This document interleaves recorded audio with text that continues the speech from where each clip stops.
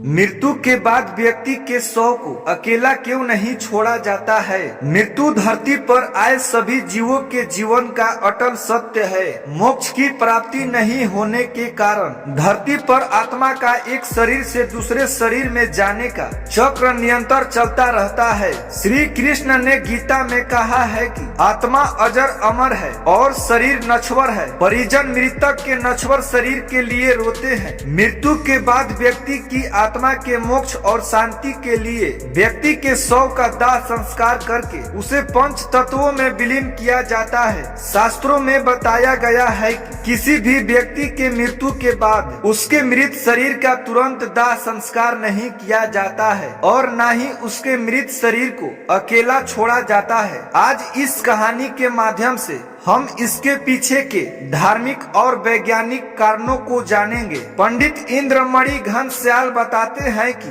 गरुड़ पुराण में जन्म मरण के चक्र से जुड़ी हुई कई महत्वपूर्ण बातों का उल्लेख मिलता है। मृत्यु के बाद व्यक्ति के कर्मों के आधार पर उसे स्वर्ग या नरक मिलता है। इसलिए परिजन मृतक की आत्मा के शांति के लिए और आत्मा को स्वर्ग में भेजने के लिए 12 से 13 दिन तक कई तरह की रस्में निभाते हैं जिनमें समय लगता है। शाम के समय किसी की मृत्यु होने पर उसका दाह संस्कार अगले दिन किया जाता है, क्योंकि सूर्यास्त के बाद और रात के समय दाह संस्कार करने से व्यक्ति की आत्मा अगले जन्म में राक्षस प्रवृत्ति के कार्य करती है और पचक काल में दाह संस्कार करने से परिजनों पर किसी खतरे का आशंका बनी रहती है। मृतक के दूर रहने वाले करीबी रिश्तेदारों का भी इंतजार किया जाता है ताकि वे अपने परिजन के अंतिम दर्शन कर सके। विज्ञान के अनुसार किसी भी व्यक्ति की मृत्यु होने पर उसके शरीर से पूरी तरह प्राण निकलने में समय लगता है। इसलिए मृत्यु के बाद शव का तुरंत दाह संस्कार नहीं किया जाता है। गरुड़ पुराण में वर्णन है अंतिम संस्कार से पहले शव को अकेले नहीं रखना चाहिए। मृत शरीर में कोई हलचल नहीं होती है, जिसके कारण कई तरह के कीड़े मकोड़े शव को भोजन समझकर खा सकते हैं। शव को अकेले छोड़ देने से कोई हिंसक पशु पक्षी या कोई जानवर शव को नोच कर खा सकता है, जिसके कारण व्यक्ति का अंतिम संस्कार नहीं हो पाता